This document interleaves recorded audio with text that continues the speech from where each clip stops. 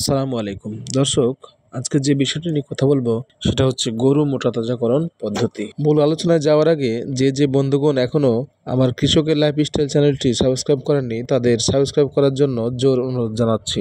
আজকে চলে এসেছি মান্দা থানার পাঠাকাটা গ্রামে। পাঠাকাটায় এক ভাই অনেক সুন্দর করে একটি গরু মোটা তাজাকরণের ফার্ম করেছে। কথা বলবো ওনার সাথে এবং শেয়ার করব আপনাদের সাথে। গরু মোটা তাজা করতে গেলে বেশ কিছু পদ্ধতি অবলম্বন করতে হয়। তার মধ্যে সর্বপ্রথমে যেটা আসে সেটা হচ্ছে সঠিক গরু নির্বাচন করা। মোটা তাজাকরণ সফলভাবে করার জন্য আপনার খামারের জন্য সঠিক গরু নির্বাচন করা অত্যন্ত গুরুত্বপূর্ণ। গরু এমন জাতগুলো বেছে নিতে হবে যেগুলো দ্রুত বৃদ্ধি পায়। মাংস উৎপাদনের জন্য ভালো গঠন এবং সুস্থ গরু নির্বাচন করতে হবে। কিছু বৈশিষ্ট্যের কথা বলি। গরুর বয়স 2 বছর থেকে সর্বোচ্চ 5 বছরের মধ্যে, অর্থাৎ 2 দাঁত থেকে 4 দাঁত হলে অনেক ভালো হয়। 2 দাঁত অর্থাৎ দাঁত যদি না হয় তাহলে সেটা মোটা তাজাকরণের জন্য খুব একটা উপযুক্ত নয়। গরুর শারীরিক আকার বর্গরূপ হতে হবে।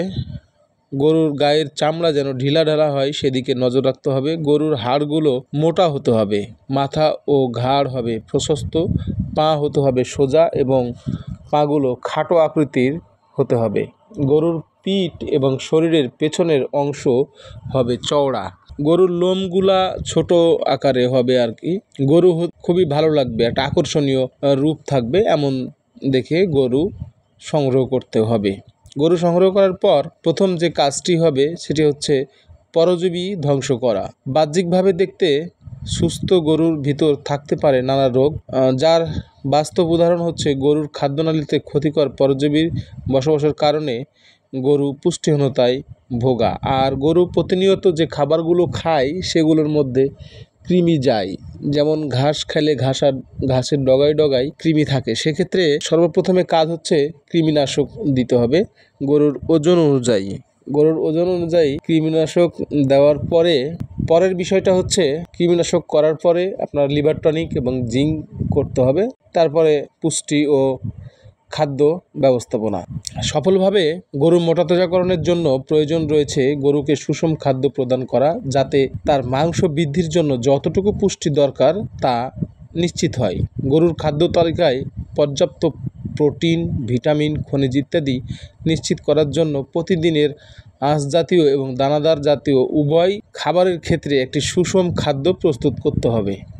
তাছাড়া গরুকে নিয়মিত খাবার খেতে উৎসাহিত করতে এবং অতিরিক্ত খাবার খাওয়া থেকে বিরত রাখতে প্রয়োজন রয়েছে খাদ্য ব্যবস্থাপনা বলতে গরুর খাবার দিনে কয়েক ভাগে বিভক্ত করা, খাবার গ্রহণের পরিমাণ পর্যবেক্ষণ করা, মাংস বৃদ্ধির হার পরীক্ষা করা এবং খাবার হজম যদি কোনো সমস্যা হচ্ছে কিনা সেদিকে খেয়াল রাখতে হবে। বেশি খাবার খেলে, আমরা যেরকম বাইরে বেশি খাবার খেলে গ্যাসের সমস্যা হয়, গরুর প্রতিনিয়ত গ্যাসের সমস্যা হতে পারে, সেদিকে খেয়াল রাখতে হবে। গরুর স্বাস্থ্য ব্যবস্থাপনা, ভালো জাতের গরু নির্বাচন করলেন, গরুকে সুষম খাদ্য প্রদান করলেন, কিন্তু আপনি জানেন না যে গরুর ভিতরে অসুস্থ হয়ে আছে।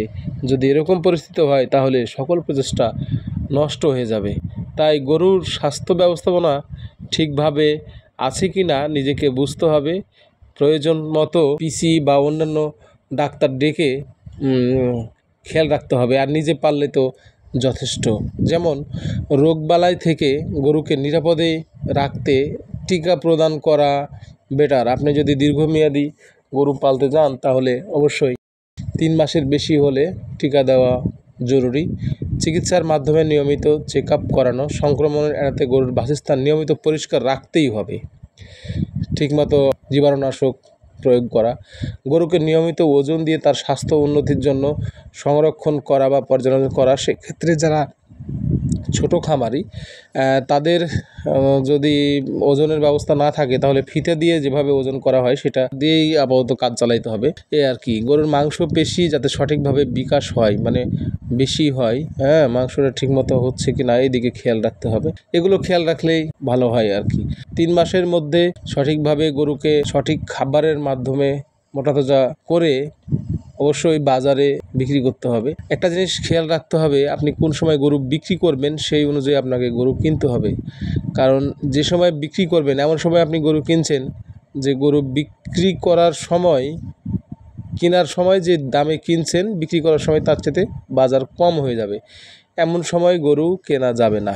খেয়াল রাখতে হবে আপনাকে যে আপনি কোন সময় গরু বিক্রি করবেন সেই অনুযায়ী আপনার গরু কিনতে যদি আপনার ক্রয় করতে যদি লাভ হয় তাহলে বিক্রি করতে অবশ্যই লাভ হবে। বাজার বিশ্লেষণ করে মোটা তাজাকরণ প্রকল্পের মোট সময় ও মোট বাজেট নির্ধারণ করতে হবে। বাজেট নির্ধারণ হয়ে গেলে সে অনুযায়ী গরুর শেড তৈরি, বাসস্থান, এটা তো আমাদের আগে থেকেই হয়। তা বিশেষ করে নতুনদের জন্য বলবো, যেটাই করেন দেখে শুনে বুঝে করবেন। মূলত এই খামারের যে মূল মালিক উনি আজকে ছিলেন না, অন্য ব্যবসায়িক কাজে উনি বাইরে গেছেন, এজন্য ওনার সাথে সাক্ষাৎ করাতে পারলাম না। হয়তো বা আল্লাহ যদি চায় অন্য কোনো ভিডিওতে কথা হবে। আর খামারটি একটি পরিকল্পিত খামার, খুব সুন্দর, মাঠের মধ্যে খোলা আকাশ, সে যাই হোক বাতাস খুবই ভালো। দর্শক যদি কেউ নতুন করে খামার করতে চান এটা অনুকরণ করতে পারেন, যদি ওখানে মাপটাপ নাই, আমার অন্য কোনো ভিডিও আছে। যাই হোক খুবই ভালো, বাতাস আসা যাওয়ার জন্য অনেক বড় বড় জানালা, এক কথায় খুবই বিউটিফুল একটা খামার। দর্শক আজকের ভিডিও এ পর্যন্তই, দেখা হবে অন্য কোনো ভিডিওতে অন্য কোনো টপিক নিয়ে। যাদের এই ভিডিওটি ভালো লেগেছে তারা অবশ্যই চ্যানেলটি সাবস্ক্রাইব করে পাশে থাকবেন, বেল আইকনটি টিপে দিবেন, পরবর্তী ভিডিও যেন আপনি খুব দ্রুত পেয়ে যান। আসসালামু আলাইকুম।